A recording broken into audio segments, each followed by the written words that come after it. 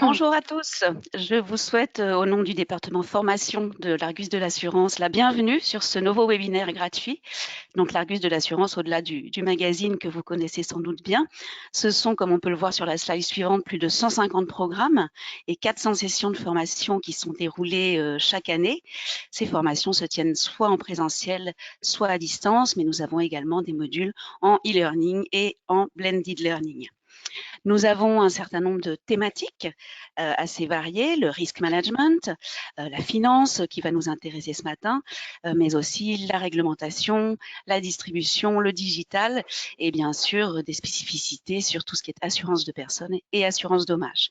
Donc, je vous invite à aller consulter cette offre et nous avons bien évidemment une offre Solva 2 qui elle aussi va évoluer au vu de ce que Périclès Actuarial va nous dire ce matin. Donc là aussi, n'hésitez pas à aller la consulter. Donc effectivement, l'actualité de l'année dernière a été riche avec la mise en consultation par l'EIPA de nouvelles guidelines, on va dire, ainsi que la proposition de révision de la directive Solvabilité 2 par la Commission européenne. Et donc ce matin, nous allons essayer de faire un petit tour des impacts en fait de ces révisions sur le marché français. Et pour cela, nous sommes donc en compagnie du cabinet Périclès Actuarial avec Léa Guillot, qui est elle-même actuaire, et Jérôme Spagnol, qui est associé et qui est plus particulièrement directeur du département vie et modélisation au sein de ce cabinet. Donc, je vais leur laisser la parole. Bienvenue à tous encore une fois. N'hésitez pas à utiliser le petit module questions que vous avez dû voir apparaître sur votre écran et je leur relayerai au fil de l'eau et nous tâcherons d'y répondre en fin d'intervention. Un très bon webinaire à tous et je donne donc la parole à Léa Guillot et Jérôme Spagnol de Périclès Actuarial. À tout à l'heure. Merci. Bonjour à tous. J'espère que vous m'entendez bien. Merci à l'Argus de l'assurance de nous avoir sollicité pour réaliser cette présentation. Merci pour leur présence à tous les participants et vous êtes nombreux, ce qui témoigne de l'intérêt du marché pour ce sujet. L'objectif du webinaire aujourd'hui est de vous présenter un état des lieux de l'avancée des travaux de revue de la directive Solvabilité 2, travaux dits de révision 2020. Une synthèse des principales modifications envisagées à ce stade et de leurs impacts pour les assureurs français. Alors, nous avons 30 minutes et vous le verrez, les sujets sont nombreux et nous resterons donc volontairement au niveau de synthèse sans pouvoir rentrer dans le détail des formules ou exhaustivité des subtilités des textes. Nous nous attacherons à évoquer certains impacts pour les entreprises du marché français de l'assurance, impacts qui ont plusieurs fondements. D'abord, au sein du cabinet Périclès Actuarial, nous avons réalisé plusieurs études pour le compte de plusieurs acteurs et nous avons ici cumulé les résultats qui donnent une idée des impacts potentiels pour un portefeuille de garantie long terme du marché français. L'Institut des actuaires a également évoqué lors d'une conférence organisée conjointement avec l'ACPR certains impacts mesurés sur une étude de ce type, également de type sur un portefeuille représentatif du marché français. Et lors de cette même conférence, l'ACPR elle-même a évoqué certains impacts attendus. Et enfin, l'EIOPA a accompagné son avis d'une annexe présentant les impacts au niveau européen des ajustements envisagés.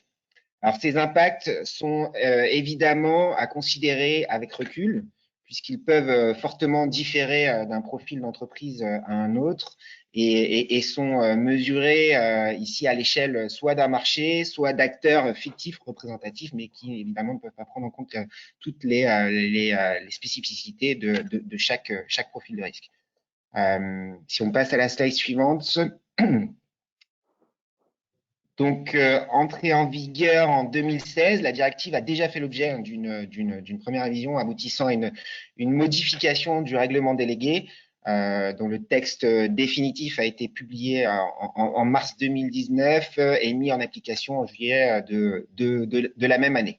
Donc, les travaux de révision, si on peut avancer un tout petit peu, qui étaient d'ailleurs prévus par la directive elle-même, ont officiellement débuté en février 2019 par un mandat de la Commission européenne donné à EIOPA pour émettre un avis sur les modifications nécessaires à la directive. réponse donnée par l'EIOPA qui a publié son opinion et a envoyé son opinion à la commission le 17 décembre 2020. Donc, opinion dont la commission s'est saisie et qui a publié et en fait envoyé sa proposition de révision au Parlement et au Conseil le 22 septembre 2021. Alors, en ce moment même, des travaux sont menés au sein du Conseil européen et du Parlement sur le niveau 1, donc sur la directive, en vue des discussions du trilogue, donc Commission, Parlement, Conseil, qui devrait, selon le calendrier prévisionnel, débuter fin 2022. En parallèle et en vue de ces mêmes discussions, la Commission travaille elle-même sur le niveau 2, donc la modification du règlement délégué. Toujours en parallèle, EIOPA mène des travaux concernant la finance durable qui devraient aboutir donc fin 2023 pour compléter le référentiel sur ce sujet. Et donc sur cette base et toujours en prévisionnel, hein, les échanges pourraient aboutir à un accord au niveau européen, une publication, une transposition en droit national en 2024 pour une entrée en vigueur 2025, mais ce calendrier reste évidemment à confirmer. Si on passe au slide suivant, donc cette revue, elle part finalement d'un bilan, un bilan du fonctionnement de la directive sur l'expérience acquise depuis 2016 et qui a conclu d'abord que finalement la directive, elle fonctionne bien. Et d'ailleurs, la révision ne prévoit pas de remise en cause des fondamentaux de solvabilité 2. Hein. On garde les 3 piliers, l'approche basée sur les risques. Mais ce bilan met quand même en exergue certaines lacunes du référentiel actuel. Donc la complexité pour les petits assureurs à profil de risque plus faible, complexité élevée hein, pour ces acteurs, mais également en exergue des freins aux investissements en actions de long terme. Hein, les assureurs en tant qu'investisseurs privés sont des acteurs majeurs de l'économie européenne et des freins ont été identifiés. Également, le référentiel présente certaines lacunes dans la prise en compte du contexte actuel et notamment de la faiblesse durable des taux d'intérêt. Le bilan met aussi en exergue une volatilité excessive de la solvabilité des assureurs et une insuffisance des instruments à disposition du régulateur, enfin des régulateurs, pour prévenir les risques dits systémiques. Ont été également identifiées des lacunes au niveau du contrôle et des disparités dans la protection des preneurs d'assurance, donc un besoin d'homogénéisation au niveau européen des pratiques. Et enfin, une nécessité, ou en tout cas aujourd'hui une prise en compte inadéquate des risques en matière de durabilité. Donc, en réponse, la Commission propose un certain nombre de mesures concernant le principe de proportionnalité, les mesures pour un paquet de mesures concernant les activités de long terme, hein, ce qu'on appelle les mesures à planche longue, la mise en place d'outils macro-prudentiels et en particulier sur le risque de liquidité, des amendements au niveau des changements au niveau des besoins de reporting et des exigences en termes de rapport narratif, des changements, des modifications des amendements concernant la qualité du contrôle et le contrôle des groupes sur les activités transfrontières, un volet important sur la prise en compte du risque climatique. Et puis, enfin, la révision vise aussi à améliorer la préparation au scénario extrême dans lequel le redressement ou la résolution d'un assureur ou réassureur défaillant pourrait être nécessaire et s'accompagne d'une directive dédiée à cette thématique que nous avons jugé important d'évoquer aujourd'hui.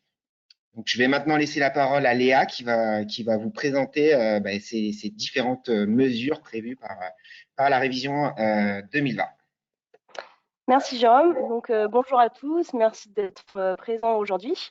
Donc, une des premières mesures qui est proposée par la Commission européenne est en fait d'adapter la charge imposée par Solvabilité 2 aux petites entreprises afin d'éviter des coûts supplémentaires à leur charge. Donc, pour ça, la Commission reprend les principes qui sont proposés par l'EIOPA dans son opinion et propose donc deux grandes mesures sur le principe de proportionnalité. Donc, la première mesure, c'est la hausse des seuils d'exclusion de solvabilité 2, donc au niveau des primes brutes émises, qui vont tripler, qui vont passer de 5 à 15 millions d'euros, et le seuil sur les provisions techniques qui double et qui passerait donc de 25 millions d'euros à 50 millions d'euros. Les autres seuils d'exclusion restent inchangés dans la directive. Et du coup, ces deux mesures induiraient une baisse d'environ 7% des entreprises européennes qui entrent du coup sous le champ de solvabilité 2, ce qui concernerait du coup un petit peu moins de 200 entreprises au niveau européen. Ensuite, autre grande mesure de la Commission européenne, c'est de proposer la création d'un nouveau profil de risque dans le principe de proportionnalité qui concerne les entreprises à profil de risque faible. Du coup, plusieurs critères définissent l'entrée dans ce profil de risque, donc notamment des critères de risque, des critères de primes ou provisions techniques selon l'activité de l'entreprise d'assurance, des critères également d'investissement et des critères d'activité sur l'activité de réassurance de ces entreprises. Donc là, la création de ce nouveau profil concernerait 17% des entreprises avant modification des seuils d'exclusion et un petit peu moins, donc 10% des entreprises européennes avec les nouveaux seuils d'exclusion. Ensuite, la Commission européenne modifie également les mesures de proportionnalité, notamment en intégrant deux nouvelles pour les profils à risque faible. Donc là, ces mesures vont concerner tout d'abord le pilier 1. Donc là, il y a la possibilité de calculer le best estimate en déterministe si les coûts et les options des garanties financières dans l'entreprise sont relativement faibles. Ensuite, autre mesure qui est proposée, c'est la simplification du calcul d'un module ou d'un sous-module du SCR selon certaines conditions. Ensuite, au niveau du pilier 2, la Commission européenne propose que les fonctions clés peuvent être cumulées sur une seule et même personne, avec évidemment l'exclusion de la fonction clé audit interne. Également, les politiques écrites peuvent être rendues seulement tous les 3 ans et l'ORSA peut être réalisé pour ces entreprises qui utilisent le principe de proportionnalité tous les 2 ans au lieu d'une fois par an. Au niveau du pilier 3, le RSR pourra être transmis tous les 3 ans pour ces entreprises au lieu de au moins une fois tous les 3 ans pour les autres entreprises qui n'utilisent pas le principe de proportionnalité. Toutes ces mesures qui sont évoquées pour les entreprises à profil à risque faible sont automatiquement appliquées, contrairement aux autres entreprises qui utilisent ces mesures, où là, du coup, il faut l'accord de la CPR. Et en plus, ces entreprises à profil faible sont prioritaires dans les quotas d'entreprises qui utilisent les mesures de proportionnalité, donc les 20%, 80%. Autre grande mesure. Excuse-moi Léa, juste une petite précision, si vous avez des questions, n'hésitez pas à utiliser le chat qui est normalement à votre disposition. On essaiera d'y répondre en fin de session, mais n'hésitez pas à nous les poser au fur et à mesure. Excuse-moi Léa, et je te laisse continuer. Alors, donc du coup, j'ai donc une autre mesure, c'est concerne les activités long terme, donc qui vont toucher le pilier 1 et qui vont permettre, comme Jérôme l'a dit précédemment, eh bien, de mieux refléter la réalité des marchés, la sensibilité au risque des entreprises ou encore de prendre en compte les investissements à long terme. Donc pour ça, tout d'abord, la Commission propose d'apporter deux modifications au choc action. La première, c'est la simplification des critères d'éligibilité sur les actions long terme, donc les actions, pour rappel, qui sont choquées à 22% de le risque action. Donc là, en fait, les institutions, donc notamment l'IA, avaient soulevé plusieurs problématiques sur la complexité de mise en œuvre de ces critères.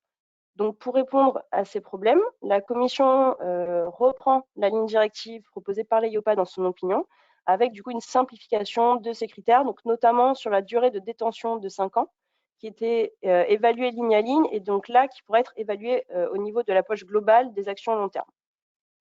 Il reste tout de même des critères assez contraignants, donc notamment des critères d'illiquidité et de duration côté assurance vie. et des critères sur le matelas de liquidité nécessaires à mettre en place côté assurance non-vie. Donc, l'ensemble de ces critères qui se veulent simplifier, la Commission européenne espère au minimum une hausse de 15% de détention d'actions long terme au niveau européen. Et du coup, ça induirait naturellement une baisse du SR marché qui s'estime à environ moins 6% au niveau européen du fait d'utiliser un choc action plus faible. Évidemment, tous ces impacts vont dépendre de l'adéquation actif-passif de chaque entreprise. Ensuite, autre mesure qui est proposée, c'est sur l'ajustement symétrique ou dampener qui est présent dans le niveau du choc action dans la formule standard.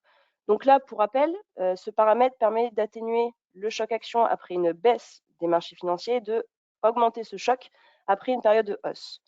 Donc là, en fait, afin de s'adapter à la réalité des marchés, la Commission reprend la mesure proposée par l'EIOPA afin d'augmenter l'amplitude du dampener de 7%.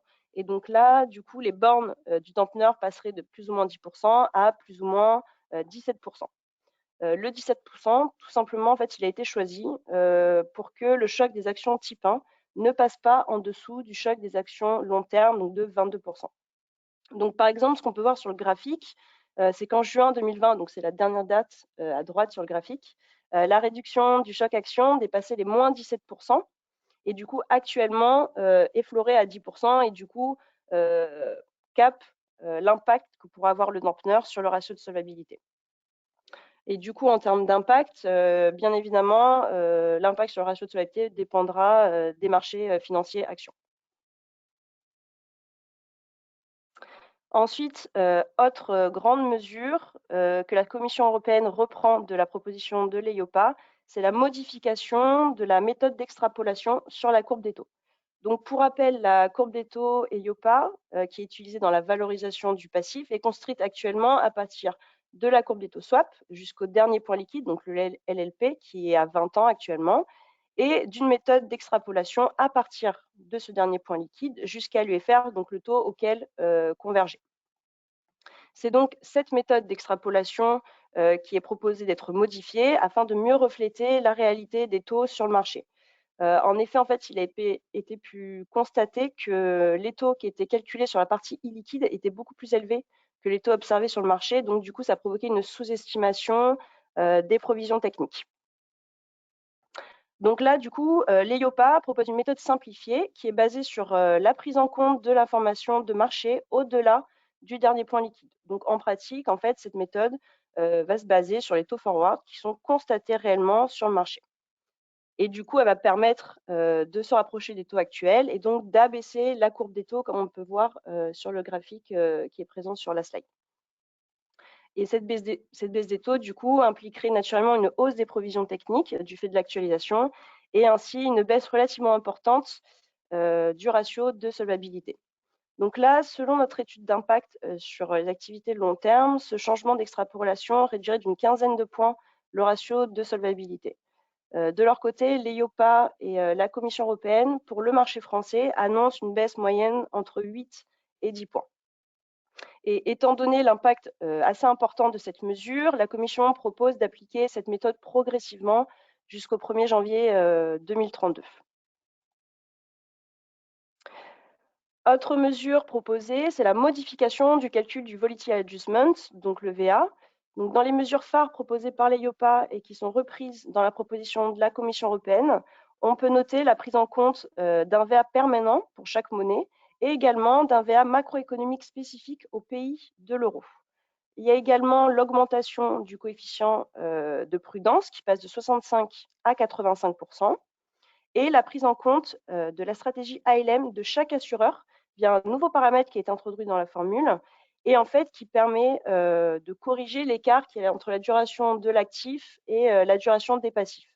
Donc en pratique, en fait, il y a un ratio qui va être calculé et calculé en fait sur la sensibilité du portefeuille obligataire de l'assureur à un écartement des spreads et la sensibilité du BE de l'assureur à une variation des taux. Donc, au niveau des impacts, le VA, comme il agit comme une translation additive de la courbe des taux, ça va permettre d'actualiser les flux du passif à des taux plus élevés et donc de baisser la valeur des provisions techniques. et ainsi augmenter les fonds propres prudentiels.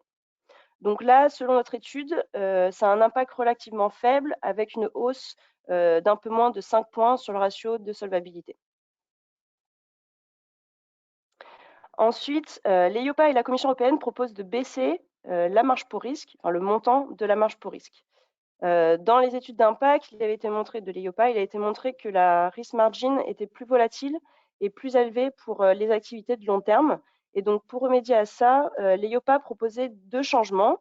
Donc, le premier, c'est l'introduction d'un paramètre lambda puissance T, où le lambda, du coup, est fixe à 97,5% et il dépend du temps avec le puissance T.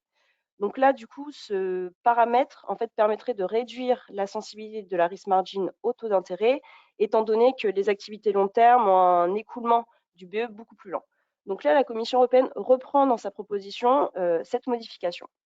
Ensuite, l'EIOPA avait proposé une deuxième proposition qui était de fixer à ce lambda puissance T un plancher à 50%. Là, pour le coup, la Commission européenne ne reprend pas cette proposition, en fait, tout simplement pour réduire davantage le montant de risk margin. Enfin, la Commission européenne, quant à elle, propose de baisser le taux du coût du capital de 6 à 5% afin de mieux refléter la réalité sur les marchés. Donc là, les 2 mesures qui sont proposées par la Commission européenne permettraient une baisse assez importante des provisions techniques. En effet, la Commission estime en moyenne une baisse de 20% de la risk margin sur le marché européen. Au niveau de notre étude, cette mesure provoque une hausse de plus de 10 points sur les activités long terme et l'impact entre les 2 propositions est relativement équivalente en termes de points de ratio. Ensuite, autre changement phare de la proposition, c'est la modification du calcul du SCR taux hausse et baisse. Donc là, en fait, les formules actuelles reposent sur un choc multiplicatif qui est d'amplitude limitée en cas de hausse des taux et elle est carrément sans effet sur les taux d'intérêt négatifs pour le choc à la baisse.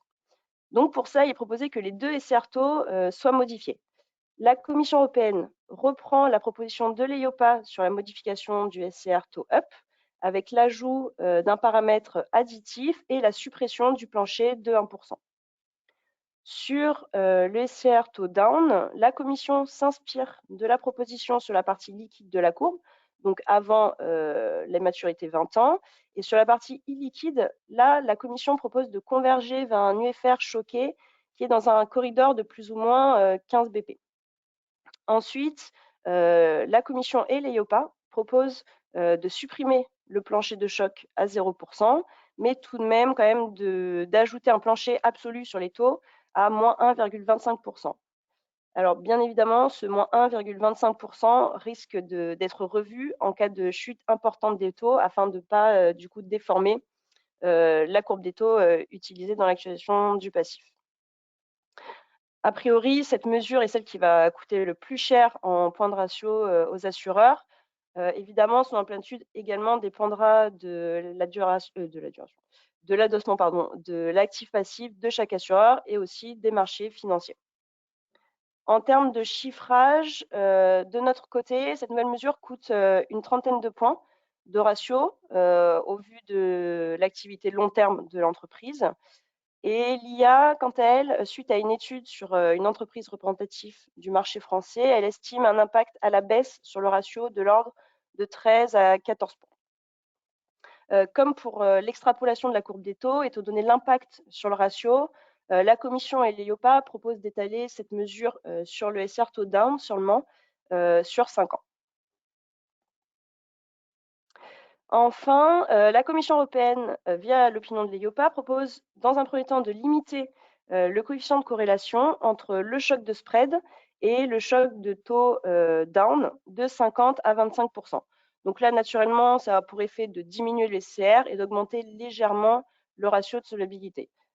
Suite à nos études, le ratio augmente seulement de 1 point.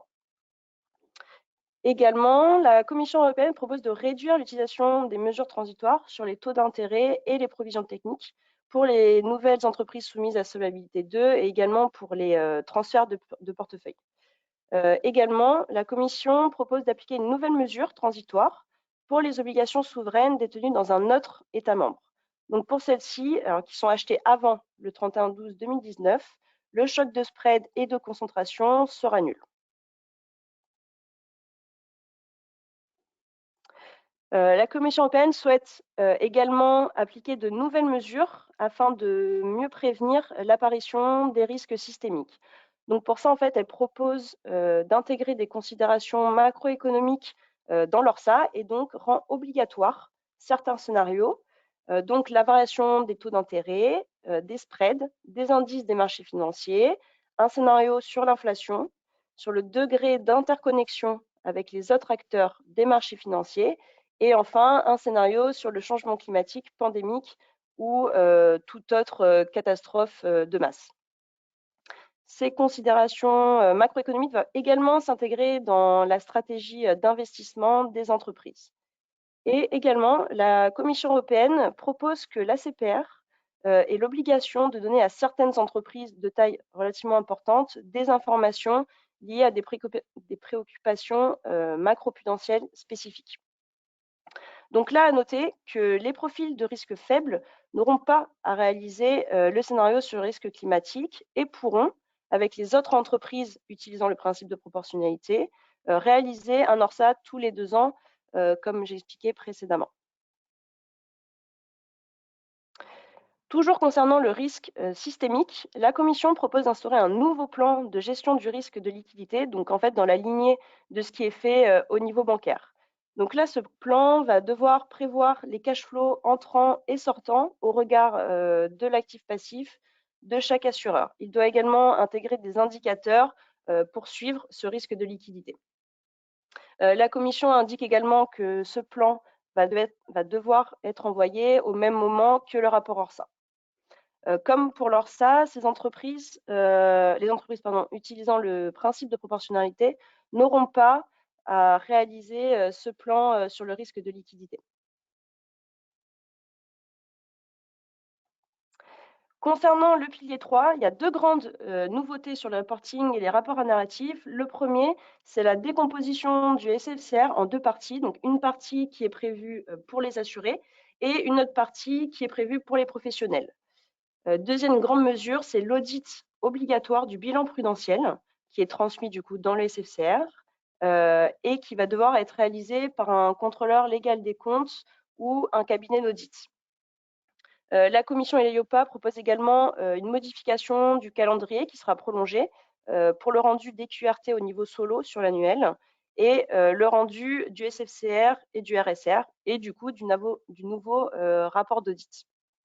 À noter que les entreprises à profil de risque faible n'auront pas à réaliser l'audit sur leur bilan prudentiel.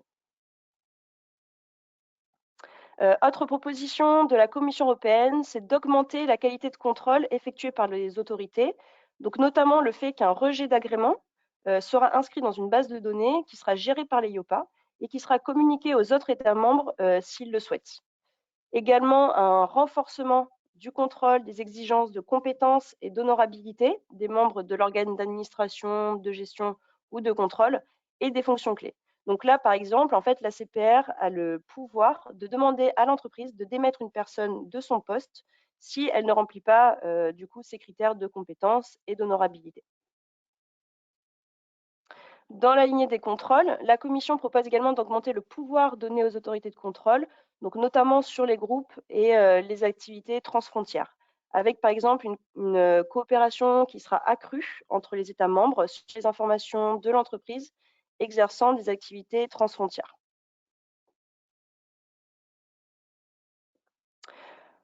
Du coup, autre champ phare traité par la révision sur l'amélioration de la prise en compte de la finance durable dans la directive.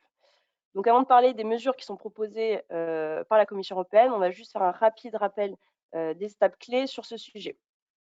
Donc là, pour rappel, en 2018, la Commission avait lancé un plan d'action sur la finance durable. À la suite de cela, l'EIOPA avait mis un avis technique sur l'intégration du risque de durabilité dans Solvabilité 2. Et du coup, en avril 2021, la Commission a adopté un amendement sur les règlements délégués pour prendre en compte ce sujet-là, qui va rentrer en vigueur le 2 août de cette année.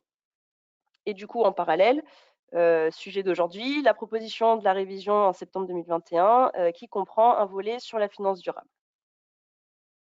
En parallèle de ça, l'EIOPA est très actif sur ce sujet de finance durable, avec notamment la publication d'opinions, de notes méthodologiques et de consultations qu'on va également évoquer juste après. Donc, la proposition de la révision par la Commission européenne propose d'intégrer, comme évoqué, des scénarios climatiques dans leur sein. Donc là, en fait, les entreprises vont devoir évaluer leur exposition à ce risque. Et si leur exposition est importante, ils vont devoir réaliser à minima 2 scénarios climatiques. Et également, du coup, la Commission européenne confère à l'EIOPA 2 mandats concernant les risques climatiques. Et donc, du coup, d'ici juin 2023, l'EIOPA doit réaliser une étude pour identifier en fait s'il est nécessaire de réserver un traitement spécifique pour les actifs qui sont considérés comme verts ou considération ESG. Et également, l'EIOPA va devoir réexaminer le champ d'application ainsi que le calibrage des paramètres de la formule standard concernant le risque de catastrophe naturelle sur les activités non-vie. En parallèle de la révision S2, donc il y a plusieurs points importants qui concernent quand même tout de même Solvabilité 2 et la finance durable et qui ont une échéance relativement proche pour cette année. Donc, comme évoqué, il y a l'entrée en vigueur le 2 août de l'intégration du risque de durabilité dans le règlement délégué. Et donc, pour ça, en fait, les entreprises vont devoir intégrer ce risque, notamment dans les fonctions clés. Donc, par exemple, la fonction clé Actuaria va devoir émettre un avis sur l'impact des risques climatiques sur la valorisation du portefeuille et des engagements notamment. Autre exemple, la fonction clé audit interne va devoir intégrer cette composante sur les risques climatiques et à terme, il est voulu que les missions d'audit soient centrées sur ces risques et pourraient être programmées dans le but en fait d'évaluer si la politique de gestion de ce risque climatique est bien mise en œuvre dans l'entreprise. Conjointement à cet amendement sur le règlement délégué, l'EIOPA a lancé en décembre 2021 une nouvelle consultation sur les risques climatiques qui s'est terminée en février de cette année. Et normalement, en mars 2022, un exercice pilote était attendu qui portait sur la formalisation des étapes de réalisation de ces scénarios climatiques, qui a été un peu retardé et qui devrait bientôt rentrer en vigueur. Également, la CPR a communiqué en février 2022 un rapport sur les bonnes pratiques concernant la gouvernance du risque climatique.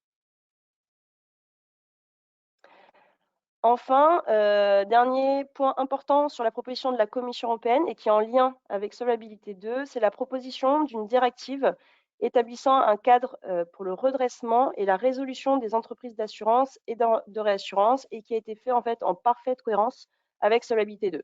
Donc là, en fait, la proposition a pour but de faire en sorte que les assureurs et réassureurs ainsi que les autorités compétentes soient mieux préparés à affronter des grandes difficultés financières et du coup à atténuer ces répercussions sur le marché.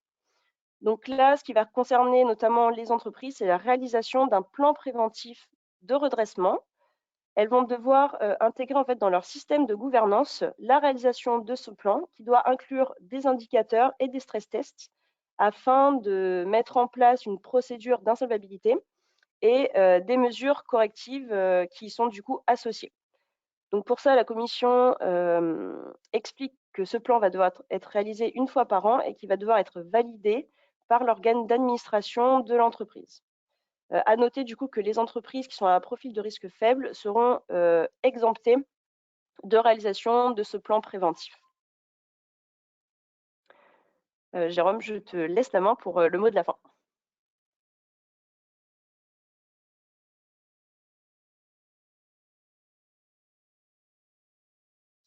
Il faut que vous réactiviez votre micro, Jérôme. On ne vous entend pas. Pardon, merci. Oui, donc merci Léa.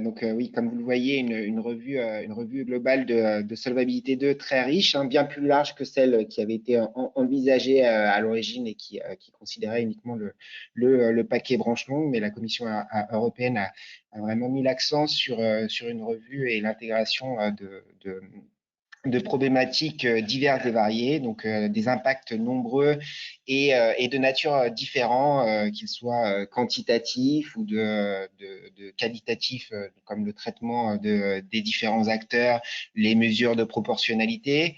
Donc, ce qu'il faut noter, hein, c'est que l'ambition de la Commission et du régulateur français, c'est des impacts quantitatifs neutres au niveau européen et également au niveau, au niveau français, mais il faut s'attendre à une hétérogénéité des impacts avec des disparités très fortes en fonction du profil de l'entreprise. Et enfin, à retenir qu'on est aujourd'hui encore dans une phase de construction des textes avec une cible mouvante, hein, que ce soit en termes de calendrier ou de contenu de la révision qui pourrait être encore modifiée par les études en cours ou les discussions à venir, notamment au niveau du trilogue. Voilà, donc je vous invite, si vous avez des questions, à utiliser le chat. On a déjà une première question. Quid de la collaboration transfrontalière avec la Suisse et son système SST, donc Swiss Solvency Test, comparable à Solvency 2. Donc, si je me trompe pas, c'est pas quelque chose qui est évoqué. Les mesures concernant les activités transfrontalières concernent les États membres. Je pense que c'est une bonne question, mais sauf erreur de ma part, on n'a pas de mesures qui concerneraient la collaboration entre les régimes différents. Ouais, ce qui est spécifié dans la proposition, c'est vraiment entre États membres utilisant Solvabilité 2, où là, il y a vraiment une coopération, mais il n'y a pas de spécificité, en tout cas écrite, sur la Suisse.